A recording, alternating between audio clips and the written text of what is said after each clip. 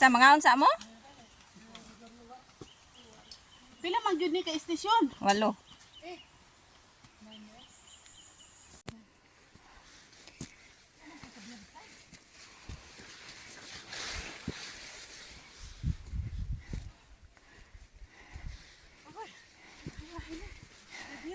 Nagbaso la ba ang tanan? Wala. Wa.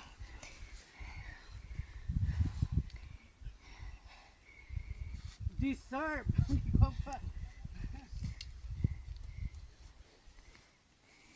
Aduas dagat eh. Sambawan. Aw, igatangan day. Mao ni. Mo to isla manok. Aman. Sarap to. Sunan. Isla manok. Ito atras.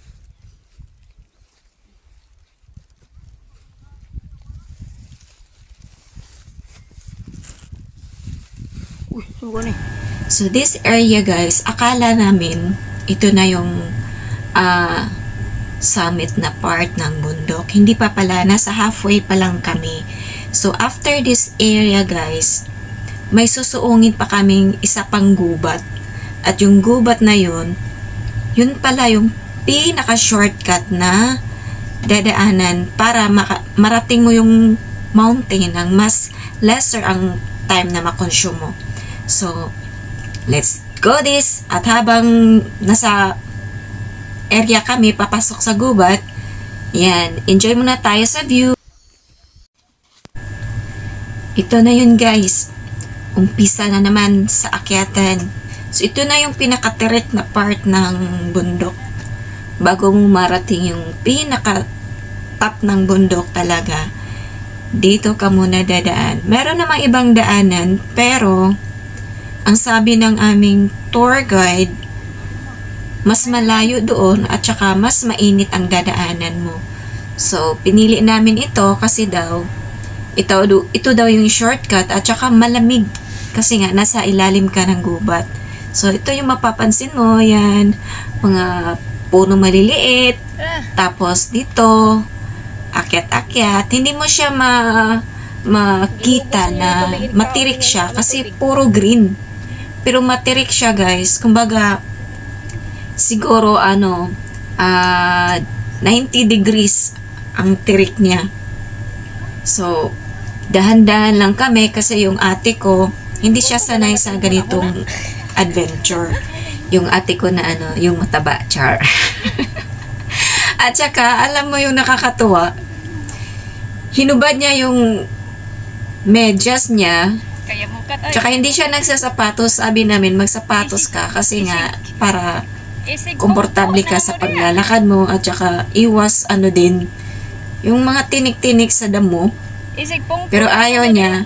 Nakamedyas siya niyan, pero hinubad niya kasi hindi niya kaya nang kontrolin yung niya, yung sa tsinelas niya, madulas daw. Kaya yun, hinubad niya yung medyas niya. Mas komportable daw siya sa nakapaan na lang at saka yung tsinelas para yung kapit niyang ng mga daliri sa paa niya makontrol niya, whereas kung medyas madulas daw. So hinayaan na lang namin para ayun, mas mabilis-bilis ng konti yung lakad namin.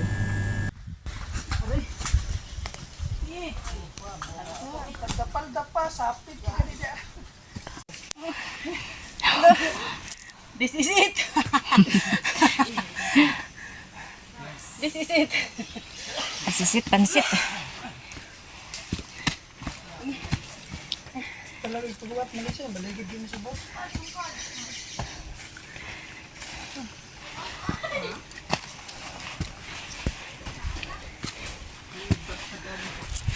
Buhi man ani, di man nakuan.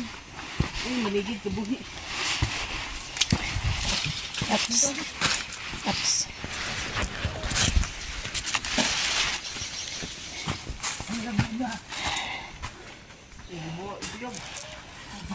Ini na masangit ka galing masumbalik ka. Ihigot naman na. Higot sa imo bates.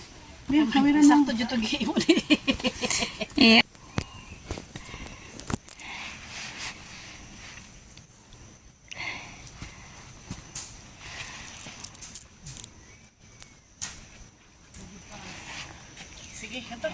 Sige, mga masunod mo ko hinahinay.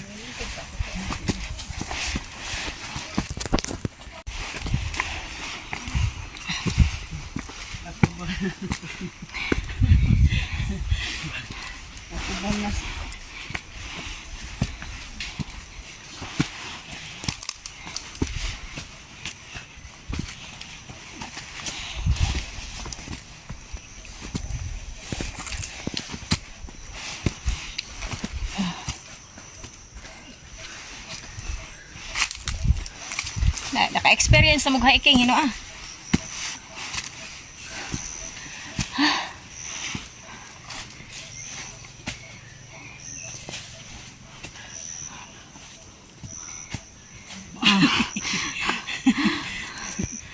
And finally, mao na yun eh. Ay na yung visit. This is it. Oh, this is it. This is it. Turil.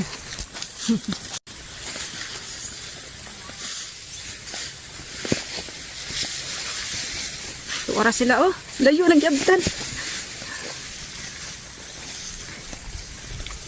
Tanang mga bata oh.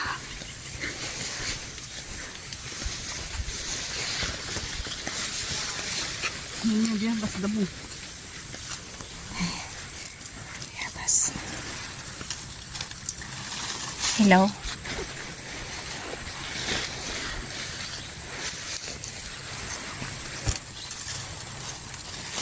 Hilaw pa, hilaw pa. Hilaw pa.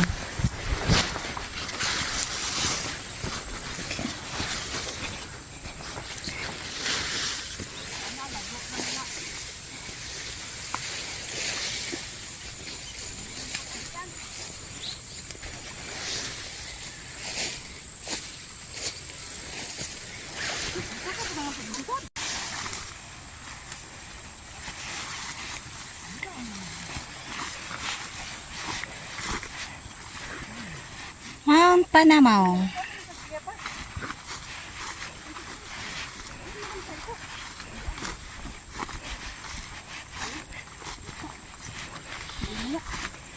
Salamat mo.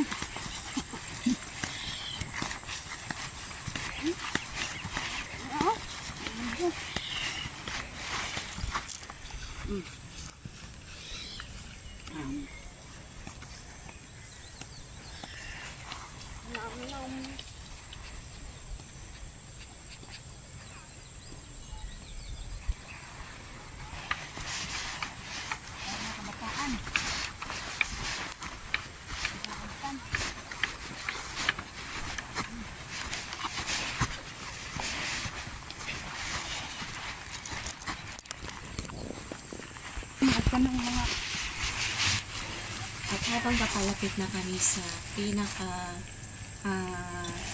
campsite niya guys, ito, may napapansin ako mga tiny flowers na napakaganda at saka ang lawak ng area niya oh.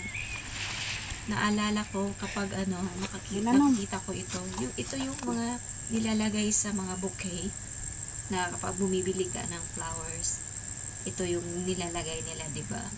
So, napakarami nito dyan sa lugar na yan.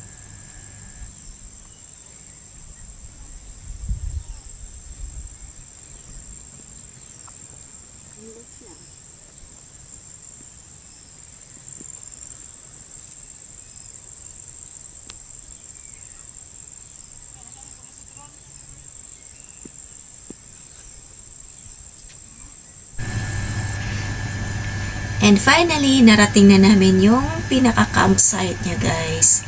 Super lawak at napakaganda, napakasarap sa mata. Green na green ang paligid. So, ang sabi nila guys, pwede ka dyan mag-overnight. Yan, dala ka lang ng mga kailanganin mo. Mag-stay ka na dyan overnight. Napakaganda. At ang maganda dyan is yung yung sunset at saka yung paglabas ng araw, maganda daw dyan. So, naisipan namin sa susunod na bakasyon, yan, babalik kami dyan at magstay kami dyan overnight. susubukan namin mag-overnight dyan. Yan, napakaganda ng place, napakalamig ng hangin. Mainit yan, nung time na yan, mainit. Pero feel namin ang yung pagod namin, super sulit bayad. Kasi nakaka-relax yung ambience niya. Yan. At saka may mga puno ng bayabas sa gilid. Kaso nga lang, walang hinog. May mga bunga siya pero hindi pa siya hinog. Hindi pa ata season ng bayabas. Yan. So, enjoy watching.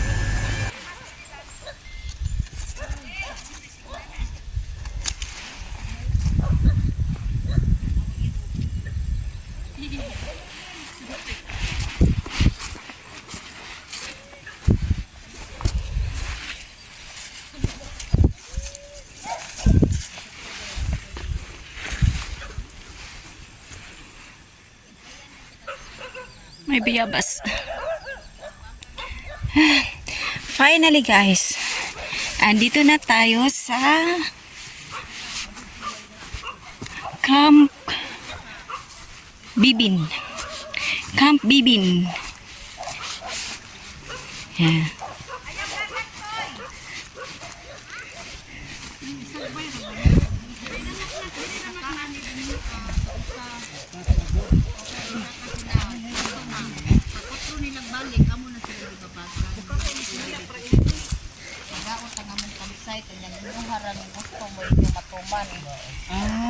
Pwede. Wala sila. Gibabaga na mo dito.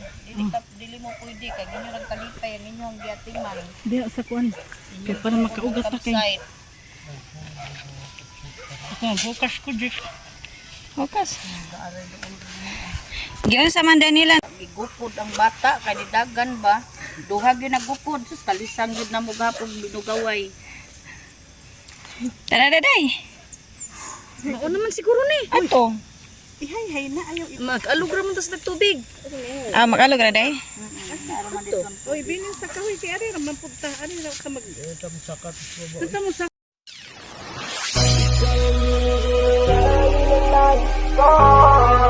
Marikit na dalangin ko kang nagbigay ng kulay sa ating mundo.